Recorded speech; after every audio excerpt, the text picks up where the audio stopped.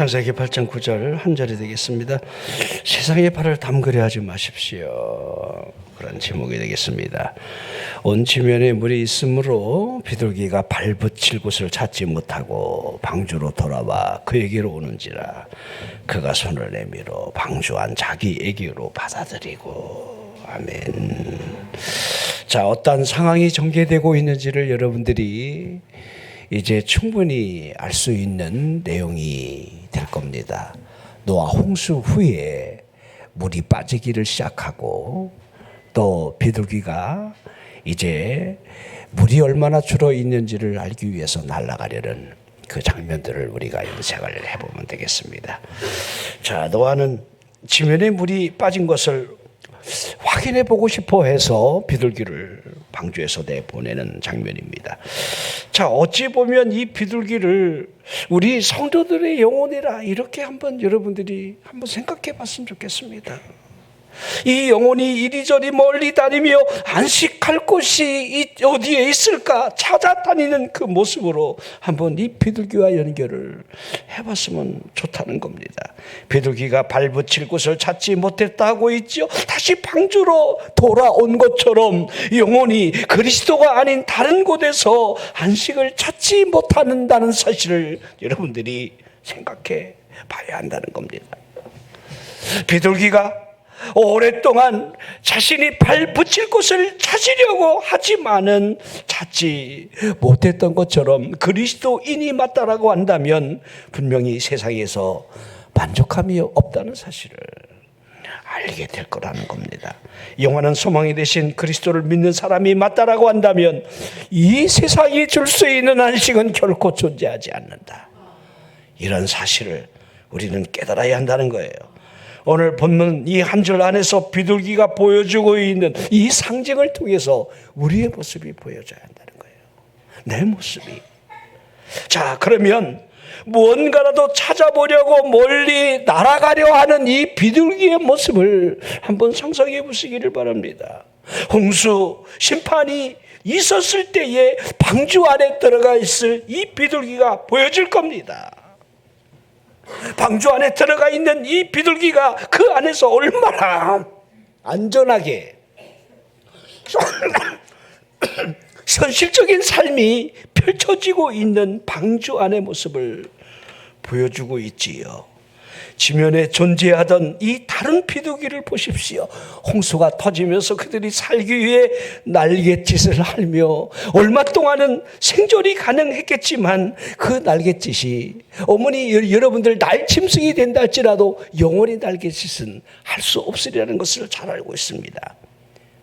살아보려고 이제 하나님의 심판으로 말미암아 온 지면이 물에 다 잠겼을 때에 그래도 날갯짓을 하는 이 비둘기가 날짐승이 살아보려고 애를 쓰지만은 그러나 얼마 지나지 않아 이 지면에 있는 모든 들짐승, 날짐승 또 인간을 포함해서 모두가 멸망을 당했다는 사실을 그 방주 안에 이 비둘기를 보라는 거예요.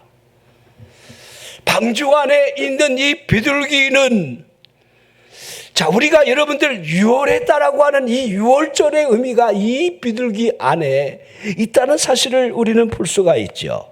방주 안에 들어가 있다. 이게 뭘 의미하는 겁니까? 운이 좋아서일까요? 자, 하나밖에 우리가 이해를 할 수 없는 것이 이 단어입니다. 선택되었다. 우리가 구원받았다는 사실은요, 하나님의 예정하심에 의한 선택이 있다 이렇게 할 수도 있는데 방주 안에 들어간 이 비둘기가 안전하다는 사실과 부족함이 없다는 사실은 분명한 사실로 보여주는 거죠. 왜냐하면 방주 안으로부터 보호를 받을 수 있고 노아가 주는 일용할 양식을 공급을 받았기 때문일 겁니다. 자, 그러나 어느 정도 시간이 흐른 후에 비둘기가 날갯짓을 하면서 안전한 방주를 떠나 하늘을 날고 싶어 했다는 사실을 알 수가 있습니다. 날고 싶어 한다는 것, 날개 있는 날짐승이 하늘을 향해 날고 싶어 하는 것은 본능이다 이렇게 할 수가 있습니다. 그러면 우리 영혼에 한번 빗대어서 생각을 해봤으면 좋겠습니다. 우리가 예수 그리스도를 믿고 하나님의 자녀가 되었다, 구원받았다, 이건 분명한 사실이지만은 그 이전에 우리들이 어떠한 상태에 있었다는 것을 모를 리는 없습니다. 이미 에베소 2장 1절에 선언하고 있지요. 그렇죠. 허물과 죄로 죽어 있던 우리들이라고 있습니다. 그로 말미암아 우리의 죄악이 홍수라는 심판을 피할 수가 없었다는 사실은 자명해야 합니다. 하지만 하나님의 긍휼하신 이 은혜에 의해서 그 큰 사랑에 의하여 허물로 죽은 우리가 그리스도와 함께 살리심을 받았다는 사실, 이건 에베소서 2장부터 쭉 증거하고 있는 하나님의 은혜.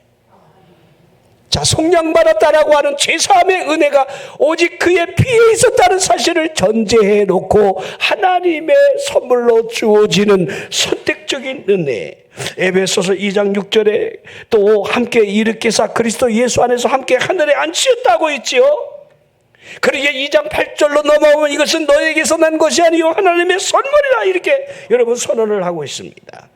자, 이제 구원받는 우리는 하나님이 새롭게 만드신 존재가 되는 것이요, 그리스도 예수 안에 우리들이 선한 일을 위하여 하나님의 지으심을 받은 존재로 살아가야 함을 설명해 가고 있습니다. 이게 에베소 2장 10절 말씀이에요. 우리는 그가 만드신 바라. 여러분, 우리가 재창조되었다는 사실, 거듭났다는 사실을 이렇게 표현하는 거죠. 허물과 죄로 죽었던 우리들을 살리신 하나님의 은혜에 의해서 그가 우리를 만드셨다고 있고 그리스도 예수 안에 선한 일을 위해 지음을 받았다. 에덴 동산에서 하나님이 자신의 형상을 닮은 인간을 만드시면서 하나님의 교제가 있기를 원했지만은 그들은 그 규율을, 선악과 열매를 따먹으면서 깨지 않았습니까? 그리고 여러분들, 하나님이 우리를 만드신 그 이유를 그분 안에 선한 일을 위해 지음받았다, 이렇게 설명을 하고 있는 겁니다. 하지만 얼마 지나지 않아 이 비둘기가 바깥 세상을 그리워하며 날갯짓을 하고 싶어 했던 그 이유와 다를 바 없이 그리스도인이라 할지라도 세상 바람을 쐬고 싶어 하는 그 눈을 언제든지 열 수 있다는 사실입니다. 이걸 잘 봐야 돼요. 우리 간혹 그런 얘기를 많이 듣습니다. 예수를 믿다가 여러분들 실족해서 신앙에서 벗어나는 사람들이 그 입으로부터 무슨 말들이 줄줄줄 흘러나오고 있는지 우리가 경악할 정도로 그런 이야기들을 듣게 됩니다. 자, 예레미야 선지자가 이스라엘 백성들이 두 가지 악을 범하고 있다라고 책망을 하고 있는 장면이 예레미야 2장 13절에 기록이 되어 있습니다. 내 백성이 두 가지 악을 행했다. 첫 번째가 뭡니까? 생수의 근원 되는 나를 버렸다는 거, 하나님을 버렸다는 거. 자, 하나님을 버린 이유가 두 번째 이유로 나오고 있죠. 자신이 스스로 웅덩이를 파면서 그 웅덩이를 통해서 생수를 공급받는다고 착각을 한다는 거예요. 근데 하지만 그 웅덩이가 물을 가두지 못할 터진 웅덩이라는 사실을 깨닫지 못한다는 겁니다. 우리가 하나님의 은혜로 구원받았다는 사실을 잊은 채로 위의 것을 우리가 찾지 못할 때 일어난 일들은 땅에 있는 지체의 것으로 만족하려는 이 탐심이 우리를 지배할 수밖에 없다는 사실을 보여주는 거예요. 이게 골로새 3장에 쭉 설명해 나가고 있어요. 자, 골로새 3장 1절에 이렇게 시작하겠죠. 그러므로 너희가 그리스도와 함께 다시 살리심을 받았으면 전제를 하고 있습니다. 이게 거듭났느냐 이 말이에요. 우리가 구원의 방주 안에 들어가 있는 그 영원임을 우리에게 전제하면서 살리심을 받았다라고 한다면 위의 것을 왜 찾아야 하는지, 그분 안에서 그분과의 연합을 통한 안전함, 이 만족함을 누릴 것을 이렇게 말씀을 하고 있습니다. 그렇게 제대로 물어봐야 돼. 내 영혼은 안전한가? 그분 안에서 내가 평안을 누리는 것이 이게 진짜란 말인가? 거짓이 되게 해서는 안 된다는 거예요. 자, 우리가 창세기 28장을 보면 베델 사건이 기록이 되어 있는데 이 베델 사건은 여러분 일방적으로 하나님이 야곱에게 꿈에 나타나 여러분들 하나님이 함께 하겠다라고 하는 이 언약으로 출발하는 거죠. 하나님 내게 꿈을 주십시오. 이렇게 한 적이 없잖아요. 그죠? 야곱이 하나님의 이 장자권의 복을 누리기 위해서 얻기 위해서 어떠한 일을 벌였는지는 우리가 이미 아는 바요. 그 일로 말미암아 붉은 사냥꾼 에사가 저를 죽임으로 말미암아 그 장자의 축복이 내게 갈 것 같으냐라고 하는 이 요셉의 형제들과 저 꿈쟁이가 꾼 꿈이 죽임으로 말미암아 이루어질 수 있는가를 보자. 이게 무엇이 다르겠습니까? 여러분들 그 일들이 일어나니까 어머니 리브가에 의해서 외가댁으로 그가 보내지는 장면이 여러분 창세기 28장에 기록되어 있는 거죠. 자, 명분을 주는 겁니다. 그를 살려내기 위해서 야곱을 외가댁으로 바담 아람으로 보내게 되는 이 과정 속에서 일어나는 이 배절의 사건을 잘 보여주고 있습니다. 자, 그가 하나님이 계신 그 장소를 두려워하면서 뭐라고 고백하고 있습니까? 이곳이 하나님의 집이라고 하고 있고 하늘의 문이라고 소리를 쳤습니다. 그리고 그곳 이름을 베델, 하나님의 집, 이렇게 선언을 했습니다. 그리고 자기 스스로 소원 기도를 드리지요. 하나님이 나와 함께 계셔서 내가 가는 이 길에 나를 지키시고 먹을 떡과 입을 옷을 주시오. 내가 평안히 아버지 집으로 돌아가게 하신다면, 이게 창세기 28장 22절이죠. 내가 기둥으로 세운 이 돌이 하나님의 집이 될 것이다. 자신이 소원하고 있는 거예요. 그리고 10분의 1도 이때 나오는 거죠. 10의 1을 하나님께 드리겠습니다. 이렇게 선언을 했습니다. 그가 바담 아람으로 들어가 20여 년의 생활을 하면서 그가 먹을 떡, 입을 옷 한 벌만을 구했음에도 불구하고 하나님이 그에게 거부가 되게 하여 귀향길에 오르게 했지요. 외삼촌이 가만히 있을 리가 없습니다. 추격대를 조직하여 7일간 그의 뒤를 쫓았습니다. 왜 그렇게 했겠습니까? 그만 죽이면 내 딸들과 외손자들 다 데려갈 수 있었기 때문에 죽이려는 마음으로 이 심정의 칼을 가지고 그를 7일길을 뒤쫓았다 봐야 합니다. 그때 여러분 하나님이 전날 밤에 어떻게 개입하셨는지를 우리가 너무도 잘 알고 있습니다. 창세기 31장 42절에 야곱이 뭐라 하고 있습니까? 그 외삼촌을 향하여 우리 아버지 하나님 아브라함의 하나님 이삭의 경외하는 이가 나와 함께 계시지 아니하셨더라면 외삼촌께서 이제 나를 빈손으로 돌려보냈을 것이요. 자, 그러고도 남을 인간이죠. 에? 자기 조카를 공짜로 부려먹으려고 결혼식장에서 여러분들 자기 딸들을 바꾸치는 일을 7년간 또 공짜로 부려먹으려고, 그런 일이 실제로 일어나잖아요. 그리고 자기 조카와 계약서를 쓸 때 10번씩이나 품삯을 이리 할까 저리 할까 이렇게 10번씩이나 바꿨던 인물이 라반입니다. 근데 하나님이 어떻게 하셨습니까? 하나님이 내 고난, 내 손의 수고를 보시고 하나님이 여기까지 나를 축복해 주셨고 어젯밤에 외삼촌을 책망하지 않았습니까? 하나님이. 여러분, 이 야곱과는 하나님이 함께 하시는 이 장면들로 쭉 이어져 가고 있는 거죠. 그의 아들 요셉으로 나가는 4대 족장을 보십시오. 요셉과 하나님이 함께 하셨어요. 참, 아브라함을 보십시오. 아브라함과 하나님이 함께 하셨어요. 이삭을 보십시오. 이삭은 예수 그리스도의 모형이에요. 자신의 몸을 제단에 뉘어 하나님의 제물로 바쳐지고자 할 때에 순순히 순응하는, 여러분 골고다 언덕에 예수 그리스도를 여러분들 그대로 보여주고 있는 장면을 우리는 연상할 수가 있는 거예요. 그러면서 하나님이 야곱에게 보여주는 장면이 창세기 32장에 딱 이렇게 하나님의 군대 마하나임으로 보여주는 거예요. 연이어서 외삼촌을 전날 밤에 주리를 드셨고, 그리고 400여 명을 거느리고 여러분 붉은 사냥꾼에서 쌍둥이 형이 그를 자신을 죽이러 오고 있는 이 두려움 앞에 하나님이 그 사이에서 딱 하나를 보여주는 거예요. 마하나임이에요.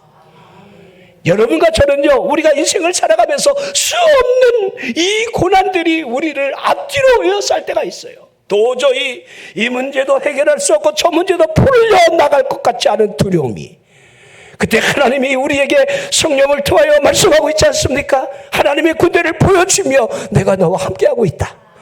하나님의 군대입니다. 400명의 군대가 무슨 여러분 의미가 있겠습니까? 하나님의 군대가 함께하는데 도단성을 포위하고 있는 아람 군대가 그렇게 많다 할지라도 그 군대 뒤를 포위하고 있는 하늘의 불병거가 더 많다는 사실을 눈을 열어 볼 수 있느냐?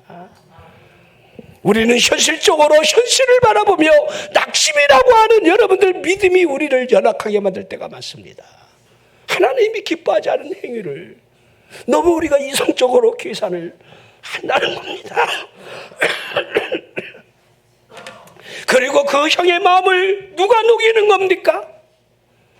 물론 분이엘 하나님을 배우는 장면이 여러분 핵심이 되겠지만은 야곱이 환도뼈가 부러지기까지 하나님 앞에 내게 함께 해달라, 내게 복을 구하는 그 장면에서도 우리가 찾아볼 수 있겠지만은 하나님이 에서의 마음을 녹게 하셨다는 사실은 분명한 사실로 우리는 알 수가 있습니다.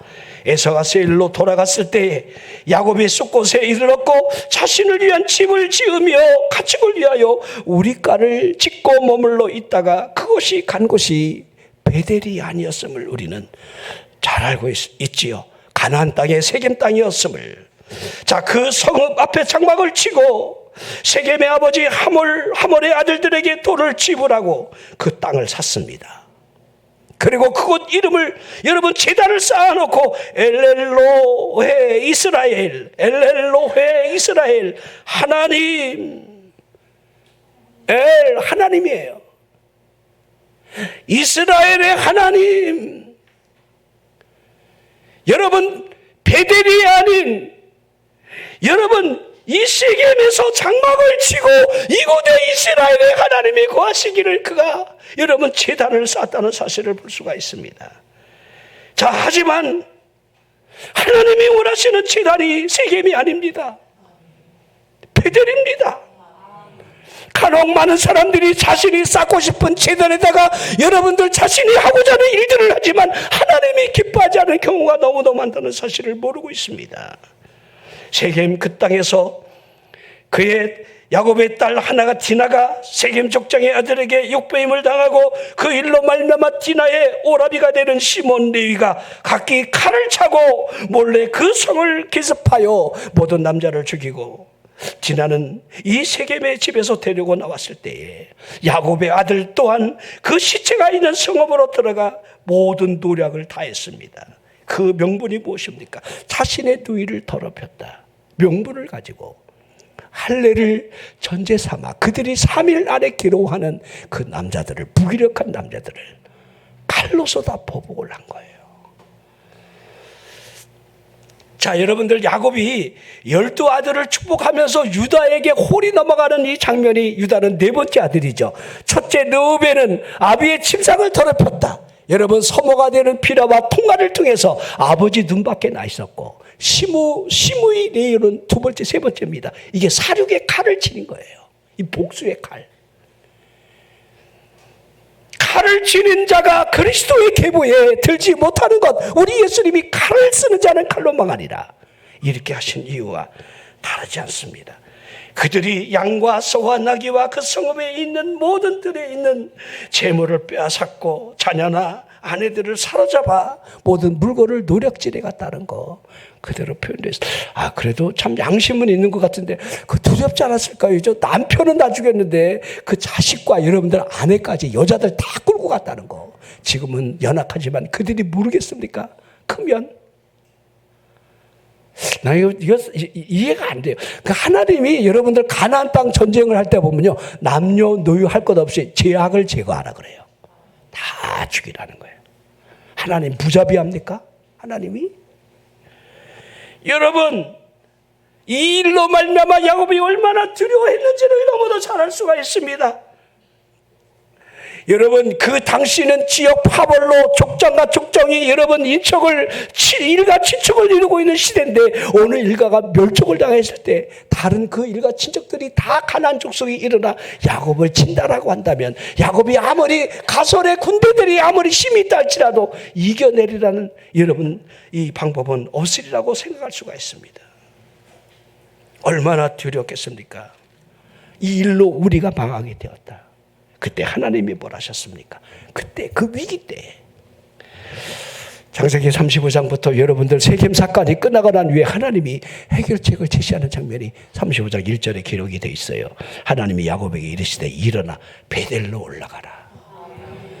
따라서요. 일어나 베델로 올라가라. 이게 뭘 의미합니까?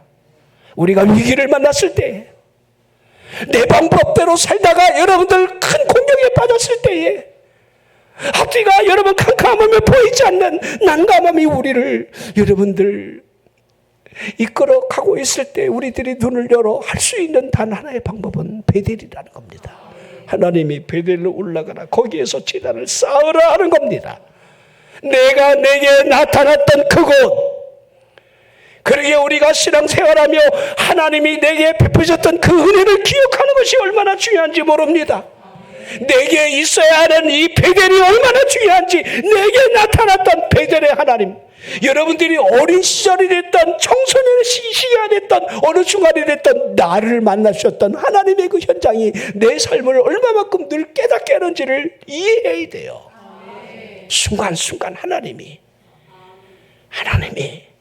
베델로 올라가라. 너 회개하고 기도해라. 그게 들려줘야 한다는 거예요. 우리 누가복음 15장 탕자의 비유가 여러분들 나오고 있는데 우리 너무도 잘 압니다. 이 탕자를 보면 왜 그렇게 이 큰아들은 그렇게 급한, 아버지 집을 떠나는 게 왜 이렇게 급한지. 뭐 이걸 요새 말로 해석을 하면 아버지의, 부모님의 간섭이 왜 이렇게 싫었는지. 자, 그러나 탕자의 결말이 우리에게 동일하게 이루어진다는 사실을 결코 잊지 마십시오. 탕자가 어떻게 되는지, 여러분들이 하나님을 떠나면, 아버지 집을 떠나면 그 결말이 어떤 결말이 있다는 거, 이건 정확한 결말입니다. 이건 중간에 과정도 없어요. 반드시 그곳으로 갑니다. 100% 망합니다. 100%. 자, 우리가 은혜를 저버릴 때에 은혜와 멀어지는 순간 무슨 일이 다가오는지는 결론이 정해져 있습니다. 자, 그러면 노아의 방주 안에 있던 이 비둘기가 방주 밖으로 나간 그 이유에 대하여 명확한 답은 여러분에게 드릴 수는 없지만은 어느 정도 예상은 할 수가 있다는 거예요. 이런 생각 한번 해보십시오. 비둘기에게 뭐가 있습니까? 가장 강력한 무기, 날개가 있다는 거예요. 비둘기는 날개가 있어요. 그렇죠? 우리 수양간의 진돗개는 이빨이 있습니다. 여러분들 우습게 보는 것 같아. 이빨이 있다니까, 개가. 여러분 집에 길래는 애완용 개 빼고, 우리 수양간에 있는 진돗개는요, 너구리 발견하는 순간 5초 만에 그냥 목을 끊습니다. 발견하는 순간에 끝장나요. 그건 몇 번 봐요. 우리가 그냥 애완용 개로 보면 안 돼요. 그러면 비둘기의 날개를 우습게 여기지 마십시오. 그러니 여러분, 모든 짐승이 지니고 있는 이 본능, 이 날갯짓을 하고 싶은 것은 자연스러운 일이라 할 수가 있겠지요. 그럼 우리 인간을 보십시오. 우리 인간은 영혼, 육을 지닌 존재로서 혼이 지배하는 이성적인 본능이 영을 얼마든지 불안하게 할 수 있다는 사실을 알 수가 있는 거지요. 혼의 지배를 받는 이성이 될 때에 무언가에 대한 의문의 질문을 계속해서 던져지게 하고, 이성은 반드시 문제에 대하여 이의를 제기하며 난제로 하여금 결론을 내리려는 시도를 계속하고 있다는 거예요. 이게 혼의 기능이에요. 영은 회개하라 믿으라 하는데 이 혼은 아니야. 난 내 주먹을 믿을 거야. 내 힘을 의지할 거야. 자, 지금도 우리가 이성적으로 판단하려고 하는 혼의 기능이 활발하게 움직이고 있는 이 사실은, 비둘기가 날개를 가지고 있어서 날갯짓을 하고 싶어하는 그 이유가 결코 다르지 않습니다. 홍수 이전에 이 비둘기가 여러분들 세상을 향해 막 날아다녔던 이 경험이 있었다는 거예요. 마음대로 날아다닐 수 있는 기회가 주어지면 옛 보금자리를 그리워하는 것이 얼마나 당연한 일이겠습니까? 비둘기처럼 회개의 본능이 강한 새는 없습니다. 우리 옛날에 여러분 전서구 역할을 했던, 통신 이 기구 역할을 했던 비둘기의 역할을 생각해 보십시오. 자, 홍수로 인해서 보금자리가 사라졌을 때에 이 방주 안에 안전하게 거하고는 있지만은 어느 정도 세월이 지난 후에 날고 싶어하는 본능이 꿈틀거린다는 사실, 그런 이유를 우리가 한번 생각해 봤으면 좋겠습니다. 자, 우리가 예수를 믿기 이전에, 근데 이상해요. 아니, 뱃속부터 예수를 믿고 지금까지 교회 안에 살았는데 그래도 이 안에 본성이 꿈틀거리고 있다는 거, 이거 우리는 참 놀랄 일이죠. 어디 가서 그 인간의 본성을 배워오는지, 유치원부터 배우는 건지, 응? 인간이 다르지 않다는 사실을 보여주고 있죠. 에베소 2장 2절 보십시오. 그때의 너희는 그 가운데서 행하여 이 세상 풍조를 따랐고 공중 곳에 자는 자를 따랐고, 그 역사하는 영, 그 역사하는 영을 따랐다는 사실을 선언하고 있는 거지요.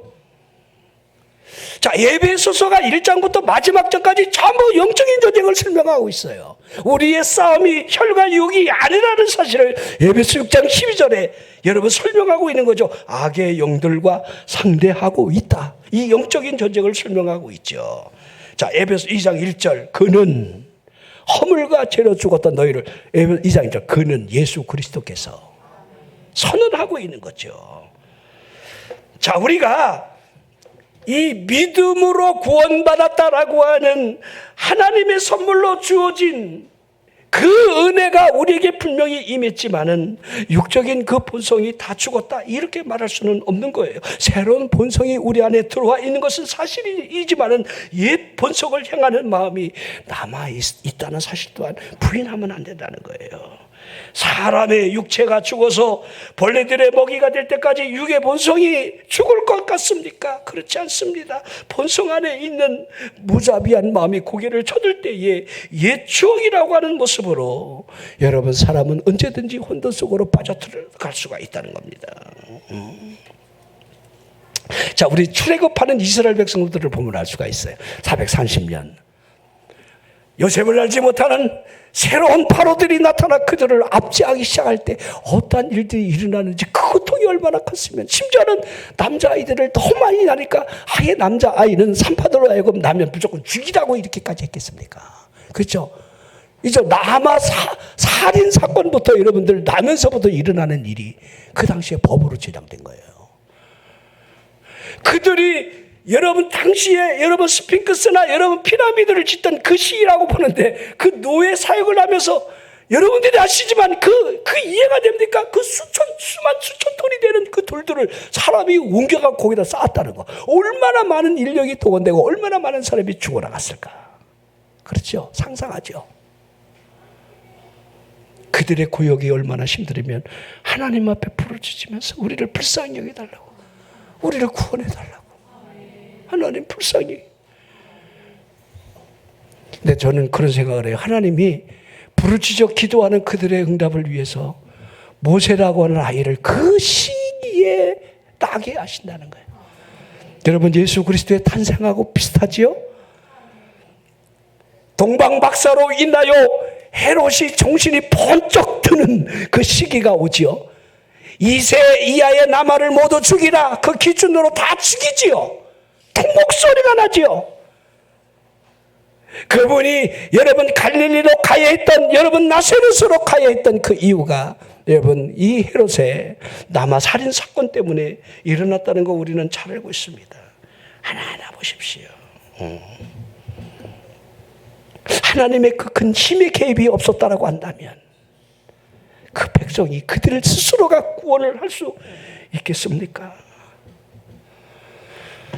자, 우리가 어떻게 구원받았습니까? 저는 지금도 아이러니한 게, 내가 구원받았다는 사실이 참 너무 신기하고 믿겨지지가 않아요.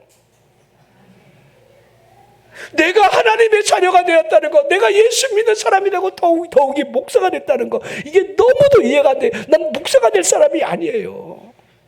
지금 이 시간에 포장마차에서 이게 어울리는 사람이지, 제가 여러분들 노래 좋아하고 한량 스타일로 하나님이 이 땅에 보내셨는데 하나님의 성령이 나를 사로잡으면서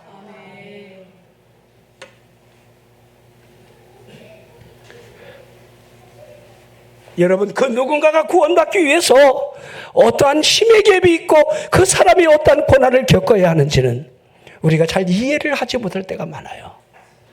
나는 내가 구원받고 하나님의 종이 되기 위해서 우리 부모들이 어떤 일을 겪어야 되고 어떤 일이 일어나는지를 잘 알고 있습니다.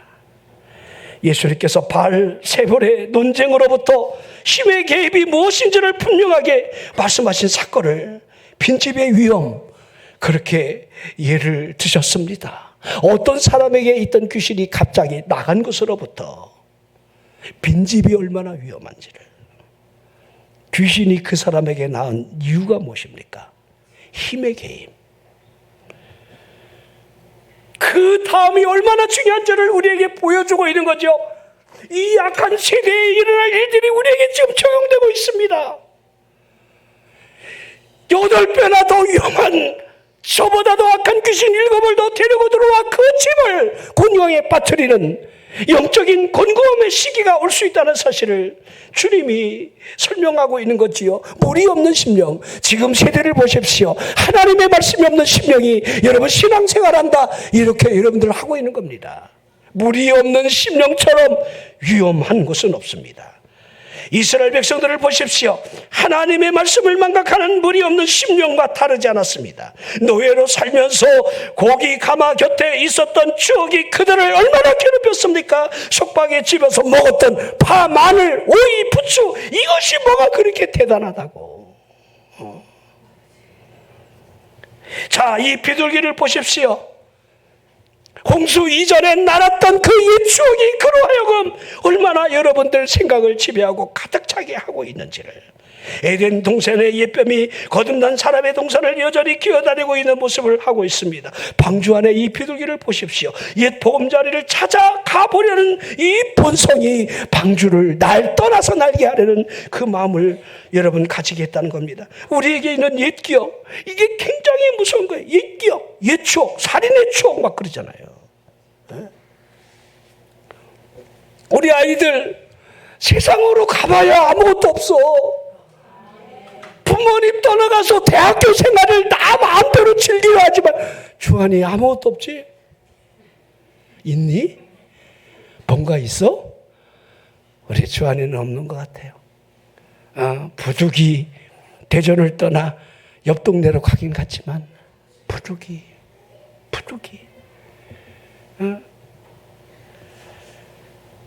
자, 그러면 노아가 비둘기를 방주에서 내보낸 이유를 생각해 보십시오. 노아가 비둘기를 보낸 것은 물이 빠진 곳에 유물을 알기 위해서 보낸 거죠. 홍수로 말미암아 이 비둘기가 황폐해진 지면 위를 날아다니며 그가 무엇을 받겠습니까? 방주 외에는 발 붙일 곳이 없다는 사실을 이 비둘기는 분명히 봤을 겁니다. 자, 본문에 읽었지요. 온 지면에 물이 있으므로 비둘기가 발 붙일 곳을 찾지 못하고 그렇게 하고 있습니다. 여러분이 그리스도인이 맞다라고 한다면, 거듭난 사람이 맞다라고 한다면, 하나님의 자녀로 구원받은 것이 맞다라고 한다면 우리가 세상에 나가서 발 붙일 곳을 찾으려 한다 할지라도 찾지 못해야 한다는 사실을 그대로 보여주고 있습니다. 비둘기가 왜 찾지 못했을까?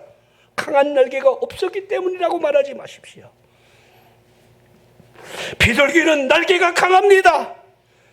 그리고 재빠릅니다. 비둘기는 까마귀보다 훨씬 더 멀리 오래 날 수가 있습니다. 그리스도인을 보십시오. 그리스도인은 얼마든지 마음에 원하기만 하면 세상 쾌락 속으로 뛰어들어갈 수가 있어요.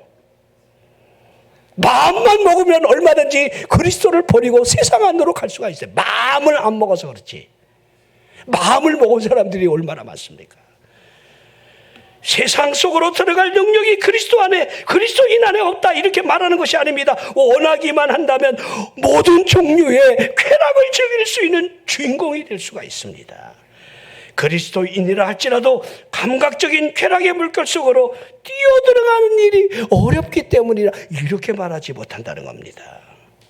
안 하는 거지요. 못하는 게 아닙니다. 그리스도인은 할 수만 있지만 안 하는 거지요. 세상에 발을 담그고 세상이 주는 기쁨이 참된 것이 아님을 알고 있기 때문에 이걸 하는 자가 중요해요. 이걸. 근데 이게 굉장히 어려워요. 두들겨 맞지 않으면. 우리 유병철 집사님도 이 기도하는 거 보면 원고도 없이 얼마나 기도를 잘합니까? 기도 훈련이 돼 있는 거야. 기도 훈련은. 근데 아직까지 세상과 결별하는 훈련을 아직 못한 거예요. 무슨 말인지 여러분 나도 이해를 못하겠지만 여러분 내가 그리스도인으로서 기도하는 것조차도 여러분들 훈련이 되지 않으면 안 돼요. 세상과 결별할 수 있는 이 훈련이 안 돼 있다라고 한다면 언제든지 얼마든지 그리스도인이라 할지라도 여러분 세상에 발을 담글 수가 있다는 사실을 보여주고 있습니다. 자, 그러면 비둘기가 발붙일 것을 찾지 못했다. 딱 이유는 하나입니다. 자, 그 이유가 너무 분명합니다. 따라해보세요. 비둘기는 까마귀가 아니다. 아멘. 딱 이유는 하나예요. 까마귀와 비둘기는 전혀 다릅니다. 본성이 다릅니다. 우리 그리스도인이 맞다라고 한다면 그런즉 누구든지 그리스도 안에 있으면 새로운 피조물이라. 보라, 이전 것은 지나갔으니 새 것이 되지 않았느냐. 새것된 우리들이 옛 본성을 쫓지 말아야 될 이유들을 거듭난 그리스도인, 그리스도 안에 있는 하나님과 동행하는 사람의 모습을 설명을 하고 있죠. 골로새 3장 3절을 보십시오. 이는 너희가 죽었고 너희 생명이 그리스도와 함께 하나님 안에 감추어져 있음을. 우리가 죽었습니까? 우리 옛 생명이 죽었다 여러분들은 인식하고 있습니까? 진정한 우리의 생명이 그리스도와 함께 하나님 안에 감추어져 있다는 사실을 우리는 얼마나 알고 있습니까? 그러게 비둘기가 다시 돌아왔다는 사실에서 우리가 알 수 있는 것, 단 분명한 사실로 여러분들 우리가 체험적으로 늘 느껴야 돼요. 세상에서 발 붙일 곳이 없음을 알아야 되고, 그곳에는 여러분 안전이 없다는 거, 기쁨이 없다는 거, 그리스도 안에만, 오직 방주 안에만. 자, 방주 밖으로 날라서 지면 위를 날던 이 비둘기가 여러분들 아주 비참한 상태로 방주 이 앞까지 허겁지겁 겨우 들어올 때에 노아가 손을 내밀어 방주 안으로 들이는 이 장면이 마지막 클라이막스예요.